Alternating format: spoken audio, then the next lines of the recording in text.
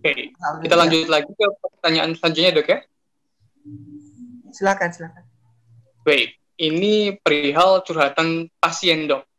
Dok, kenapa sih banyak dokter dan nakes yang malas menerangkan penyebab penyakit kepada pasien? Sepertinya pasien harus bawel nanya baru jawab. Mau kritis tapi dibilang banyak nanya. Nah, ini sebagai dokter mungkin bisa memberikan jawaban. Silakan dokter Tan terlebih dahulu. Kalau saya justru lebih senang kalau punya pasien cerewet. Bahkan sebelum pasiennya cerewetin saya udah cerewet lebih dulu 1,5 jam untuk pasien baru. Jadi, nah itulah memang. Jadi sebetulnya yang para dokter ini saya rasa ya, para dokter ini kalau kalian mau mendapatkan pengayaan atau pendidikan dokter berkelanjutan, sebetulnya jangan tentang metodologi ajaib menangani penyakit. Justru yang menurut saya paling penting adalah bagaimana kita sebagai dokter itu punya inovasi perubahan perilaku. Nah, sebab apa? Lain padang, lain belalang. Menghadapi orang-orang di Mukajang tidak sama dengan menghadapi orang di Tangerang. Menghadapi orang di Papua tidak sama dengan menghadapi orang di Banda Aceh. Ya, nah jadi hal seperti itu sebabnya kenapa kita membutuhkan putra-putra daerah. Karena apa? Putra daerah itu adalah orang-orang yang paling paham tentang rakyatnya, bagaimana perilaku mereka, karena dia adalah bagian dari keseharian mereka juga. Ya, cuma bedanya putra daerah ini pernah dididik sedemikian rupa sehingga wawasannya barangkali lebih luas. Tapi untuk berkomunikasi dengan orang-orang daerahnya tentu akan menjadi lebih fleksibel, lebih mudah. Nah, yang menjadi sulit adalah banyak dokter kita, kalau seandainya kayak dokter Cakra, alhamdulillah, tapi banyak sekali anak-anak muda itu akhirnya apa? Konsentrasinya di kota besar. Karena mereka ingin praktek sebagai dokter, punya penghasilan bagus, punya mobil bagus, punya suami atau istri yang bagus, dan seterusnya.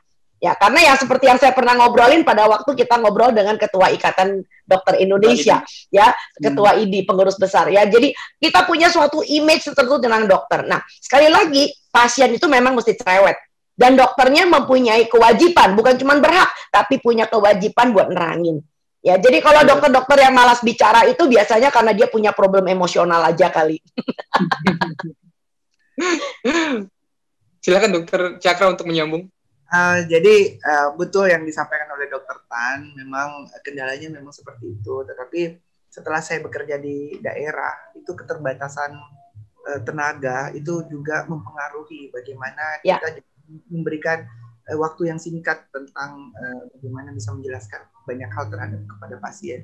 Pasiennya mungkin bisa sampai 80, tau-taunya dokternya cuma 2 atau 3. Itu kan takes time. Dan kalau seumpamanya itu terjadi, kita bisa memberi pemahaman-pemahaman itu kan waktu tidak mencukupi gitu loh.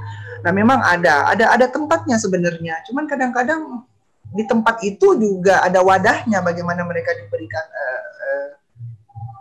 pemahaman terhadap ini. Cuman tempatnya tidak, mereka, jadi masyarakat itu mau mengenali sakitnya itu ketika udah sakit gitu loh. Nanti sakit kepala baru mau nanya, saya sakit kepala kenapa? Itu syukur-syukur kalau nanya seperti itu. Kalau yang nanyanya sakit kepala minta obat apa gitu loh. Oh, CT scan. Iya, apalagi kita sudah seminggu minum obat sakit kepala, bisa saya minta rujukan buat CT scan? Saya pusing. Jadinya mau kayak gimana kalau kayak gitu? Kalau kadang-kadang juga nggak dikasih, nanti pasiennya juga marah. Nah, ini layanan-layanan seperti ini yang menjadi suka duka kerja di kampung. Mas Alvin. Terima kasih sudah nonton. Jangan lupa like, subscribe, dan share ya.